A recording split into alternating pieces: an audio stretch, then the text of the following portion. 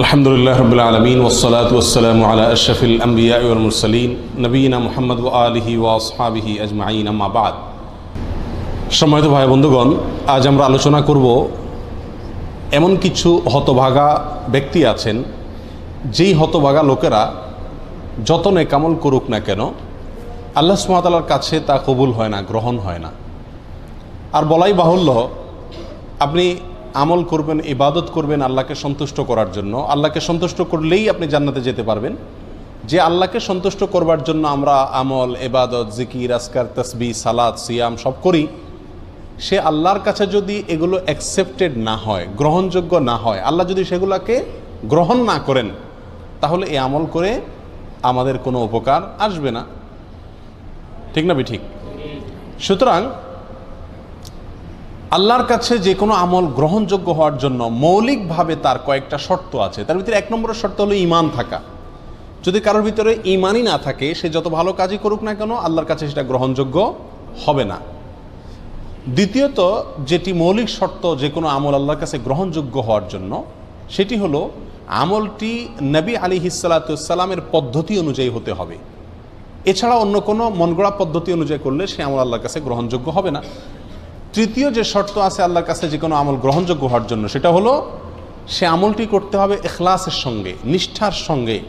এই আমলটি হবে শুধুমাত্র মালিককে খুশি করার জন্য। দুনিয়ার কোনো ধান্দা, দুনিয়ার কোনো বিশেষ ফায়দা হাসিল করা, কোনো মানুষকে খুশি করা, কারোর কাছে জাহির করা, কারোর কাছে এটার স্বীকৃতি পাওয়া, এ জাতীয় কোনো ধান্দা থাকতে পারবে না।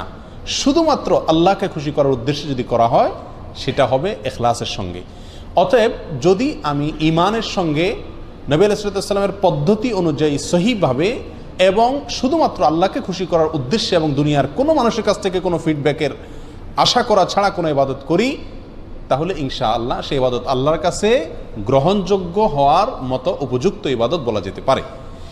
এরপরেও ব্যক্তির ব্যক্তিগত কিছু চারিত্রিক ত্রুটির কারণে, কিছু দোষের কারণে, কিছু খারাপ স্বভাবের কারণে অনেক সময় এই শর্তগুলো থাকা সত্ত্বেও আল্লাহ সুবহানাহু ওয়া তাআলার কাছে আমল গ্রহণযোগ্য হয় না। এরকম 13 শ্রেণীর ব্যক্তির সঙ্গে আজকে আমরা পরিচিত হব। এই 13 ক্যাটাগরির কোনো একটিতে যদি আমরা কেউ থাকি, তাহলে ইবাদত কবুলের যে মৌলিক শর্ত আছে সেই শর্তগুলো পাওয়া সত্ত্বেও আল্লাহ সুবহানাহু ওয়া তাআলা আমাদের ইবাদত গ্রহণ করবেন না। তার ভিতরে এক নম্বরে যে ব্যক্তির কথা বলবো, সেটি সুনানে নাসাইতে বর্ণিত হয়েছে। নবী আলাইহিস সালাম বলেছেন, লা ইয়াকবালুল্লাহু মিন মুশরিকিন আশরাকা বা'দা ইসলামিহি আমালা হাত্তা ইউফারিকাল মুশরিকিনা ইলাল মুসলিমিন। অর্থাৎ নবী আলাইহিস সালাম বলেছেন, কোনো ব্যক্তি ইসলাম গ্রহণ করলেন, আগে তিনি অমুসলিম ছিলেন, ইসলাম গ্রহণ করার পরে যদি আবার সে শিরকে ফিরে যায়, আবার তিনি যদি শিরকে লিপ্ত হয়ে যান, তাহলে তার কোনো আমল আল্লাহ সুবহানাহু ওয়া তাআলা গ্রহণ করবেন না। যদি সে শিরকে লিপ্ত হওয়ার পরে তওবা করে আবার মুসলমানও হয়, তবুও তার আমল গ্রহণযোগ্য হওয়ার জন্য শর্ত হলো হাত্তা ইউফারিকাল মুশরিকিনা ইলাল মুসলিমিন। সে মুশরিকদের দল, মুশরিকদের দেশ, মুশরিকদের সমাজ ত্যাগ করে মুসলমানদের সমাজে আসার আগ পর্যন্ত তার কোনো আমল গ্রহণযোগ্য হয় না। তাহলে একজন অমুসলিম, তিনি মুসলিম হলেন, ইসলাম গ্রহণ করলেন, ইসলাম গ্রহণ করার পরে আবার তিনি অমুসলিম হয়ে গেলেন, এরপর যদি আবার তিনি মুসলমান হয়ে যানও কিন্তু অমুসলিমদের মধ্যেই তিনি অবস্থান করেন, তাহলে তার আমল আল্লাহ তাআলা গ্রহণ করবেন না। তার আমল গ্রহণযোগ্য হতে হলে তাকে মুসলমানদের সমাজে এসে প্রবেশ করতে হবে, বসবাস করতে হবে। এর ফলে সেই ইসলামের উপরে টেকা তার জন্য কি হবে? সহজ হবে। তাহলে আল্লাহর জন্য খারাপ সমাজ, মন্দ সমাজ ত্যাগ করে ভালো সমাজে আসা, এটা বান্দার নেক আমল কবুল হওয়ার জন্য অন্যতম একটি উপায় এবং মাধ্যম। আল্লাহ তাআলা আমাদের সবাইকে এই গুণটি অর্জন করার তৌফিক দান করুন। আমরা সবসময় ভালো সমাজে মুমিনদের সঙ্গে, মুত্তাকিদের সঙ্গে উঠা বসা, তাদের সাথে পরিচিত হওয়া, তাদের সাথে বন্ধুত্ব করা, তাদের সঙ্গে সব লেনদেন করা, কারবার করা, তাদেরকে অন্তরে জায়গা দেওয়া এবং জলচল করা, এটার চেষ্টা করব। তাহলে আমল আল্লাহ সুবহানাহু ওয়া তাআলার কাছে গ্রহণযোগ্যতা পাবে ইনশাআল্লাহ। আর এর বিপরীতে বিশেষ করে যদি কেউ ইসলাম গ্রহণ করার পরে যদি আবার শিরকে ফিরে যায়, তার কোনো আমল আল্লাহ তাআলা আর কবুল করেন না। যদি সে মুসলিমও হয়ে যায়, তবুও তাকে আমল আল্লাহর কাছে গ্রহণযোগ্য করাতে হলে মুসলমানদের সমাজে ফিরে আসতে হবে। তাহলে এক নম্বর ব্যক্তি পেলাম, যে ইসলাম গ্রহণ করার পরে আবার শিরকে চলে গেছে, তার আমল আল্লাহ তাআলা কি করবেন না? গ্রহণ করবেন না। গ্রহণ করবেন শর্ত হলো সে আবার মুসলমানদের মধ্যে ফিরে আসবে, ইসলাম গ্রহণ করবে। এই সমাজে চলে আসবে, তখন আল্লাহ তাআলা গ্রহণ করবেন। নাম্বার 2 এবং 3, 2 এবং 3 এই দুটো পয়েন্ট বর্ণিত হয়েছে আবু দাউদ এবং সহিহ ইবনে খাজামা বর্ণিত এক হাদিসের মধ্যে। নবী আলাইহিস সালাম এখানে এই হাদিসে 2 ব্যক্তির কথা বলেছেন, যে 2 ব্যক্তির আমল আল্লাহ সুবহানাহু ওয়া তাআলা কি করবেন না, কবুল করবেন না। কারা তারা? নবী আলাইহিস সালাম বলেছেন, লা ইয়াকবালুল্লাহু সালাতান বিগাইরি তাহুরিন। এটা হলো দ্বিতীয় ব্যক্তি। ওই ব্যক্তির সালাত আল্লাহ সুবহানাহু ওয়া তাআলা কবুল করবেন না যে সালাত পড়তেছে পবিত্রতা অর্জন করা ছাড়া। তার মানে পবিত্রতা অর্জন করা সালাতের জন্য পূর্ব শর্ত।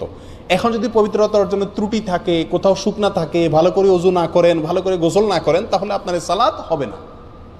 এই সালাত আবার পুনরায় করতে হবে, এটা বিশুদ্ধই হবে না, আল্লাহ তাআলার কাছে এটা অ্যাকসেপ্টেডই হবে না। তাহলে সালাত এটা আদায় করার জন্য, এটা কবুল হওয়ার জন্য পূর্ব শর্ত হলো পবিত্রতা থাকা। সম্প্রতি একটা ভিডিও ক্লিপ, ছোট ভিডিও ক্লিপ আপনারা অনেকেই দেখেছেন হয়তো, অনলাইনে প্রচুর পরিমাণ ছড়িয়ে গেছে। সেটা হলো হারামে মক্কায় ভারতের 2 জন লোক, ইন্ডিয়ার 2 জন লোক, তারা উমরা বা হজ করার জন্য আসছেন দেখা যাচ্ছে ভিডিওতে, এবং জামাত দাঁড়ায় গেছে হারামে।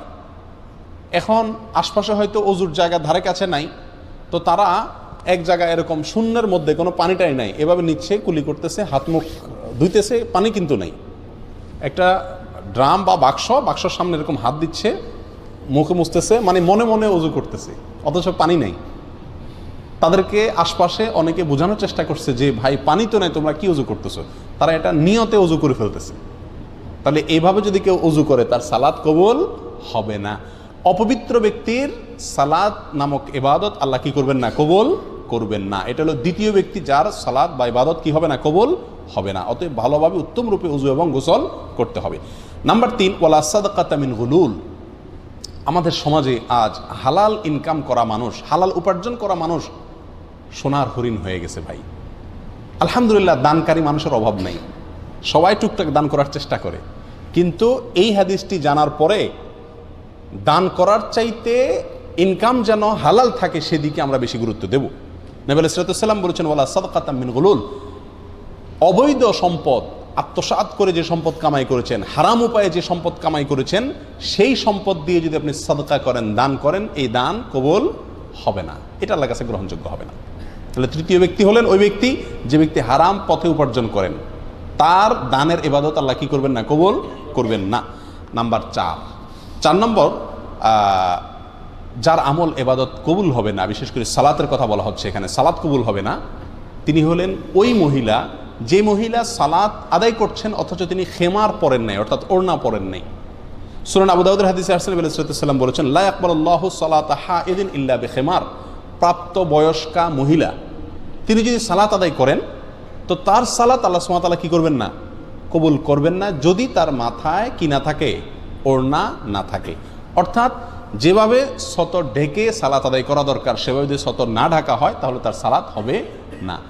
আমাদের সমাজে বেশিরভাগ মা বোনেরা না জেনে না বুঝে এমনভাবে সালাত আদায় করেন, এমন পোশাকে সালাত আদায় করেন যেই পোশাকে সালাত হয় না, এবং শত শত হাজার হাজার লক্ষ লক্ষ মা বোনরা এভাবে সালাত আদায় করেন বলে আমি জানি। আমাদের পুরুষদের দায়িত্ব তাদেরকে শিখিয়ে দেওয়া। মেয়েদের সালাত বিশুদ্ধ হওয়ার জন্য পূর্বশর্ত হলো সালাতের মধ্যে সতর ঢাকতে হয়। পুরুষরা পুরুষদের পরিমাণে, মহিলারা মহিলাদের সতর ঢাকতে হয়। মহিলাদের সালাতের মধ্যে সতর হলো তার মুখমণ্ডল ছাড়া, এবং অনেক ওলামা ইকরাম বলেছেন 2 হাতের কবজি ছাড়া এবং 2 পায়ের পাতা ছাড়া, কেউ কেউ পাতাকেও যোগ করেছেন। আর বাকি পুরো শরীর ঢাকতে হবে। মাথার চুল সেটাও দেখা যেতে পারবে না, খোলা থাকতে পারবে না। কাঁধ, বুক, পিঠ কোনো কিছু খোলা থাকতে পারবে না। হাতের বাজু, গোছা, বাজু, বাহু কোনো কিছু খোলা থাকতে পারবে না।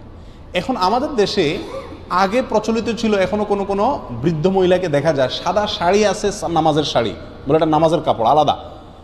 তো শাড়ি পরলে একে তো সাদা শাড়ি এমনিই পাতলা দেখা যায়, আবার শাড়ি পরলে শরীরের অর্ধেকের বেশি এমনিই চেষ্টা করলেও ঢাকা যায় না।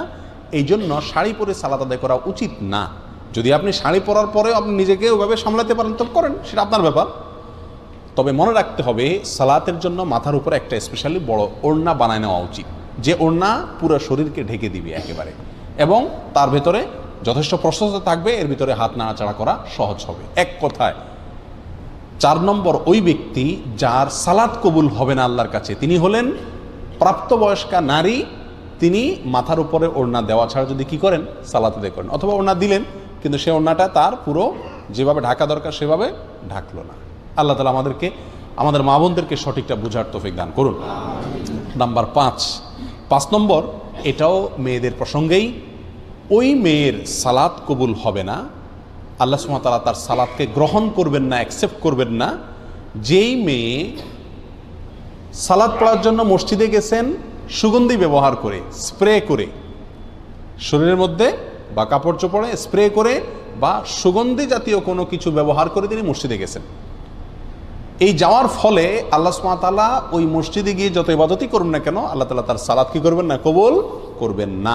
এ বিষয়ে বহু হাদিসের কিতাবে হাদিস আসছে, তার ভিতরে একটা আমরা উল্লেখ করছি যেটি সহিহ খুজাইমা ইবনে খুজাইমাতে বর্ণিত হয়েছে। নবী সাল্লাল্লাহু আলাইহি ওয়াসাল্লাম বলেছেন, লা ইয়াকবালুল্লাহু মিন ইমরাতিন সালাতান, ওই মহিলার সালাত আল্লাহ কবুল করবেন না, খারাজাত ইলাল মসজিদি, যে মহিলা মসজিদে বের হয়েছেন, ওয়ারিহুহা তাসিফু, অথচ তার গায়ের যে সুগন্ধ এটা বাতাসে ছড়িয়ে দিচ্ছে অন্যদের নাকে, পুরুষদের নাকে, হাত্তা তারজিআ ফাতাগতাসিলা, সে বাসায় এসে গোসল করে, অর্থাৎ এই গন্ধ তার শরীর থেকে দূর করার আগ পর্যন্ত তার সালাত আল্লাহ তাআলা কি করেন না, কবুল করেন না।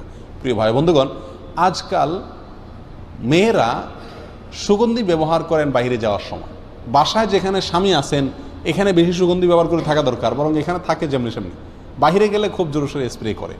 তো এটা অনুচিত।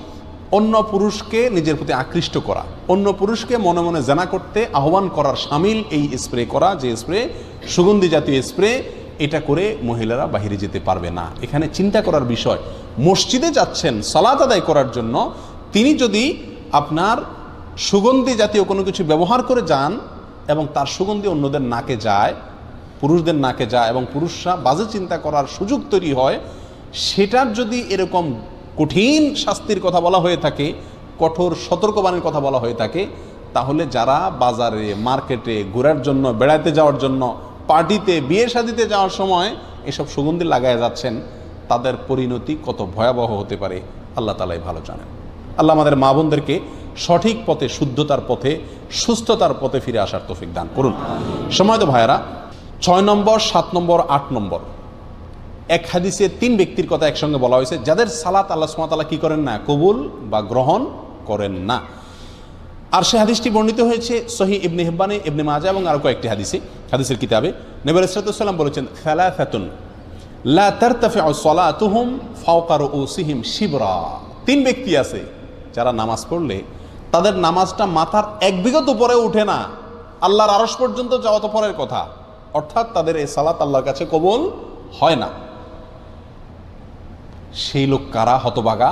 রাজুলুন আম্মা কওমান ওয়া হুম লাহু কারিহুন, 1 নম্বর হলেন ওই ব্যক্তি, যে ব্যক্তি কোনো এলাকার মানুষের মসজিদের ইমাম, তিনি ইমামতি করেন, অথচ মুসল্লিরা তার উপরে অসন্তুষ্ট।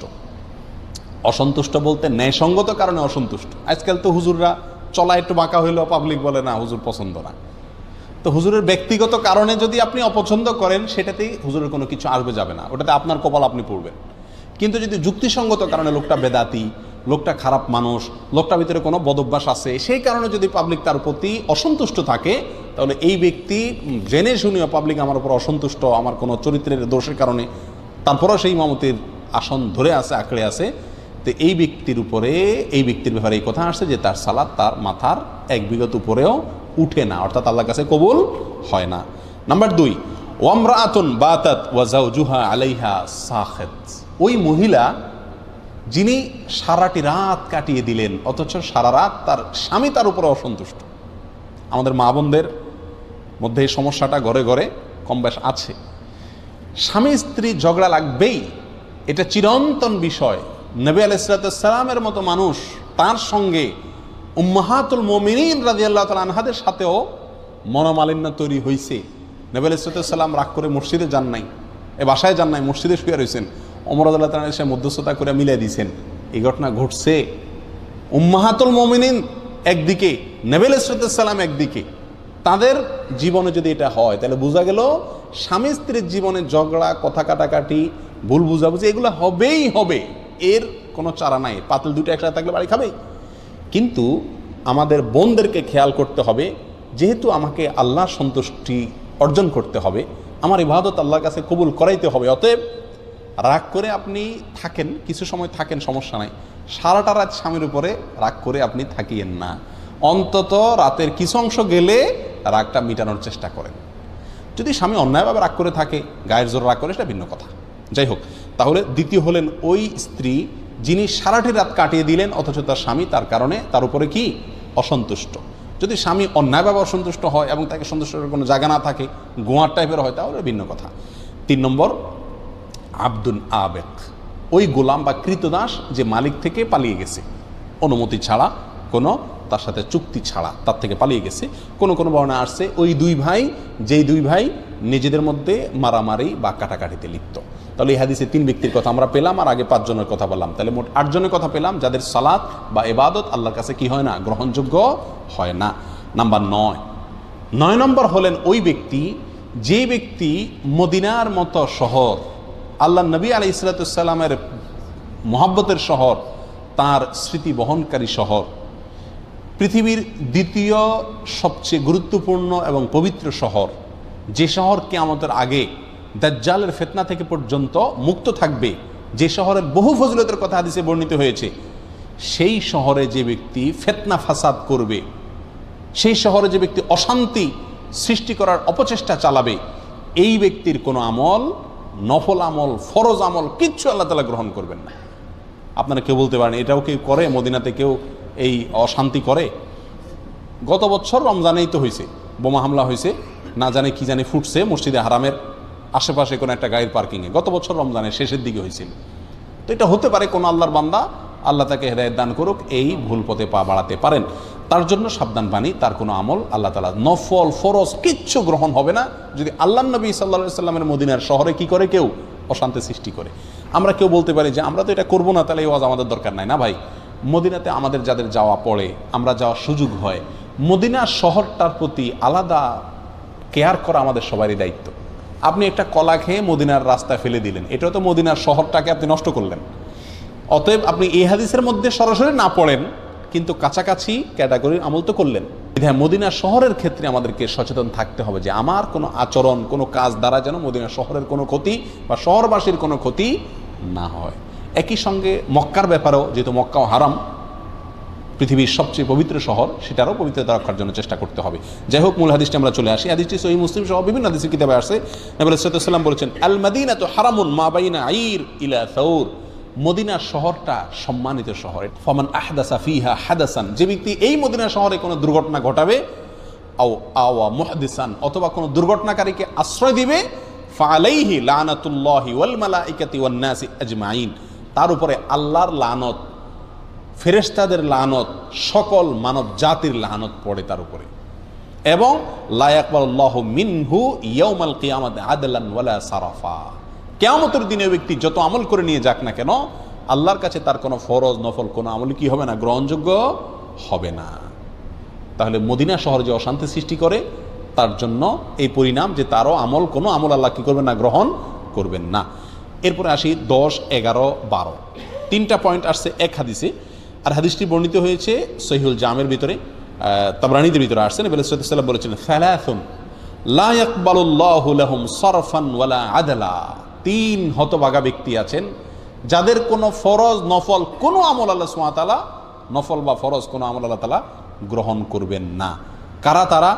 নাম্বার 1, আকুন, মা বাবার অবাধ্য সন্তান, মা বাবাকে কষ্ট দেয়, মা বাবার ন্যায্য দাবিকে মানে না, মা বাবার ন্যায়সঙ্গত নির্দেশকে ফলো করে না।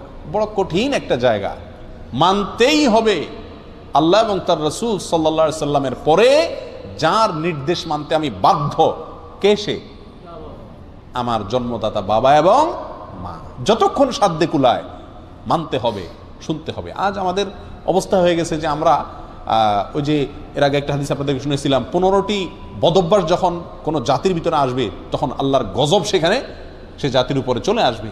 তার ভিতরে একটা হলো, একটা সময় আসবে কিয়ামতের আগে মানুষ বউয়ের কথা শুনবে, মায়ের কথা শুনবে না, দোস্তকে সময় দিবে, বাপকে সময় দিবে না। আজকে সেই সময়টা এসে গেছে। আমাদের উচিত মা বাবার নির্দেশকে সর্বোচ্চ গুরুত্ব দিয়ে দেখা। আমরা জানি বৃদ্ধ বয়সে মা বাবা অনেক অযৌক্তিক নির্দেশ করবেন। মনে রাখতে হবে, আপনি যখন ছোট শিশু ছিলেন তখন যত নির্দেশ করতেন মা বাপকে, যত কিছু চাইতেন, দাবি করতেন, তার সবগুলোই প্রায় কি ছিল? অযৌক্তিক ছিল। কিন্তু মা বাবা কখনো আপনার প্রতি বিরক্ত হন নাই। আর আপনি এখন বলতেছেন না আব্বার এই কথার কোনো যুক্তি খাটে না, মা এটা বলছেন, এটা অন্যায় কথা বলতেছেন।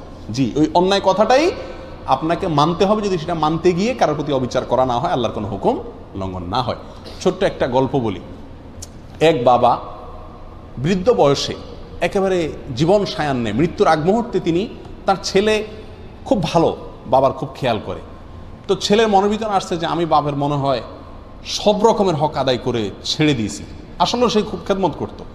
তো বাবা একদিন ডাইকা বললো যে বাবা আমার একটা জিনিস মনে চাইতেছে। বলে যে বলো বাবা, কি মনে চাইতেছে তোমার? জীবন দিয়ে ফেলাম তোমার জন্য। বাবা আপেল খাইতে মনে চাইছে। এই একটা কথা হইলো? আপেল নিয়ে আসছে বাজার থেকে। আপেল নিয়ে আইসা ঝুড়িতে দিছে, বাবা তুমি খাও, কত খাইতে মনে চায়, শেষ হয়ে গেলে বলবো আবার এনে দেবো। বাবা বলে যে বাবা আমার তো ও যে পাহাড়টা আছে আমাদের বাড়ির পাশে, ওই পাহাড়ের উপরে উঠা ওখানে বসে আপেল খাইতে মনে চাইতেছে। ছেলে চিন্তা করলো, হ্যাঁ রে বাপে, এই বুড়া বাপ হাঁটতে পারে না, মাথায় করে উঠাইতে হবে আপেল সহ। আচ্ছা যাক, বাপে চাইছে যেহেতু মরে যাবে, আমার জন্ম দিছে, আল্লাহ তার নির্দেশ মানতে আমাকে বাধ্য করেছেন। তো ছেলে বাপের কান্দে করে নিয়ে আপেল সহ পাহাড়ের উপরে উঠে গেছে। পাহাড়ের উপরে ওঠার পরে ওখানে যে বাপে বলে যে দাও আপেলগুলো দাও, তো ঝুড়ি দিছে আর বাপে একটা একটা করে নিচে ফেলে দিচ্ছে, ছুঁড়ে ছুঁড়ে নিচে ফেলে দিচ্ছে। সবগুলা ফেলানো শেষ হয়ে গেছে। আর এবার ছেলেকে বলতেছে যাও নিয়ে আসো। ছেলে তো ফেল করে তাকা রয়েছে, কিছু বলা যাবে না, বাবা নির্দেশ, গেছে কষ্ট করে আবার নিচ থেকে আপেলগুলো কুড়ে কুড়ে আবার আনছে। আনার পরে আবার বাপে ফেলে দিস দিয়ে যাও আবার নিয়ে আসো। ছেলে বাপের দিকে তাকাচ্ছে, যাও, তুমি না ছেলে, তুমি না আল্লাহ সন্তুষ্টি চাও, তুমি না বাপের সব কথা মানতে বাধ্য, যাও আমি নির্দেশ করছি। চলে গেছে, আল্লাহকে চায় সে, নেক ছেলে। বাপে আবার ফেলাই দিস। এবার ছেলে আর নড়তে চায় না। পাগলামির একটা সীমা আছে তো, কত রকম পাগলামি করবে উনি। এবার তখন বাবা বলতেছে, বাবা খুব বেশি তোমার রাগ হচ্ছে না? খুব মাথা গরম হয়ে যাচ্ছে যে হ্যাঁ এই বুড়া বাপে কি শুরু করছে? তোমাকে একটা কথা বলি বাবা, আমি এখানে আপেল খাওয়ার জন্য আসি নাই, আমি তোমাকে একটা জিনিস শেখানোর জন্য আসছি। বলে কি? বললেন যে তুমি যখন ছোট ছিলা, পিচ্ছি ছিলা, তখন তোমাকে আমি বল কিনে দিছিলাম, তুমি বল চাইছো, এরপর তুমি বলছো না বল হইলে হবে না, আমি পাহাড়ের উপরে যাই খেলবো। আসছো পাহাড়ের উপরে, ভালো কথা, অযৌক্তিক নির্দেশ, তাও মানছি। তখন তুমি এই বলটা খেলতে গিয়া কত সবার যে নিচে ফালাইছো তার কোনো হিসাব নাই।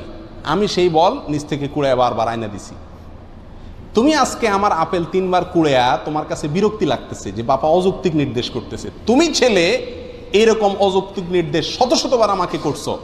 সেদিন আমি তোমার নির্দেশ মানতে গিয়া আমার কোনো মনে কষ্ট হয় নাই, আমি ওই বল আইনা আরো চুমা দিয়া তোমারে দিছি। তুমি ফালাইছো, আমি আইনা আইনা দিছি। আজকে তুমি আপেল কুড়াইতে গিয়ে তোমার কষ্ট হচ্ছে না, মনে কষ্ট হচ্ছে।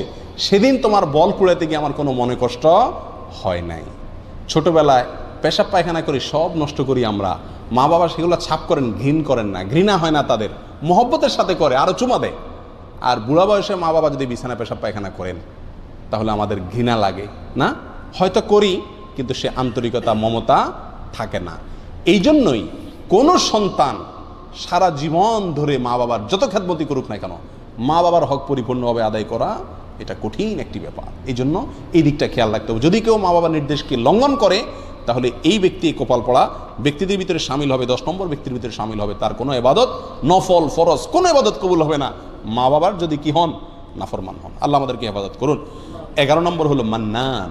মান্নানকে, মান্নান হলো ওই ব্যক্তি যে ব্যক্তি দান করে খোটা দেয়। দান করে খোটা দেয় খুব জটিল একটা বিষয়। আজকাল আমরা দান করার পরে হ্যাঁ তোরে এত খাওয়াইছি, এত পড়াইছি, এরপরে আবার আমার কথা শুনলি না, আমি যে পাতে খাইলি সে পাতে হাগলি, এরকম কথা বলি কি বলি না আমরা? আপনার সব শেষ, বরবাদ হয়ে গেল। আপনার আমল আল্লাহর কাছে কবুল হবে না। খোটা দেওয়া মানুষ করবেন আল্লাহর জন্য, ওই ব্যক্তির কাছ থেকে থ্যাংক ইউ আশা করবেন না, স্বীকৃতিও আশা করবেন না, আশা করবেন আল্লাহর কাছে। 11 নম্বর গেল। 12 নম্বর হলেন ওয়া মুকাযযিবুন বিল কাদার, যে তকদিরকে, ভাগ্যকে অস্বীকার করে, সেই ব্যক্তিরও কোনো আমল কবুল হবে না। 13 নম্বর সর্বশেষ পয়েন্ট যেটি মুস্তাদরাকে হাকামে আসছে, লা ইয়াকবালুল্লাহু সালাতা ইমামিন হাকামা বিগাইরি মা আনজালাল্লাহ। ওই শাসক তার সালাত আল্লাহ সুবহানাহু ওয়া তাআলা কবুল করবেন না যেই শাসক আল্লাহ যা নাজিল করেছেন সেই বিধানের ব্যতিক্রম বা উল্টা ফয়সালা করে বা উল্টা বিধান অনুযায়ী সে বিচার করে, শাসন করে এবং ফয়সালা করে, তারও সালাত কবুল হবে না। এ হাদিসটি মুস্তাদরাকে হাকিমে আসছে। এ হাদিসটির বিশুদ্ধতা নিয়ে কেউ কেউ এটাকে জয়ীফ বলেছেন, কিন্তু কেউ কেউ এটাকে ইমাম হাকিম রাহিমাহুল্লাহ তিনি এটাকে সহি বলেছেন। তাহলে 13 ব্যক্তিকে আমরা পেয়ে গেলাম যাদের সালাত অথবা নেকামল আল্লাহর কাছে কি হয় না, গ্রহণযোগ্য হয় না। আল্লাহ তাআলা আমাদের সবাইকে এই 13 ক্যাটাগরি থেকে নিজেকে মুক্ত করার তৌফিক দান করুন। আমি আবারও এক নজরে বলে দিচ্ছি, মুশরিক যে অমুসলিম ছিল, ইসলামে আসছে, আইসা আবার যদি ইসলামে অমুসলিমদের মধ্যে ফিরে যায়, সে মুসলমানদের মধ্যে সমাজে ফিরে আসার আগ পর্যন্ত তার কি হয় না, কোনো আমল আল্লাহর কাছে কবুল হয় না। 1।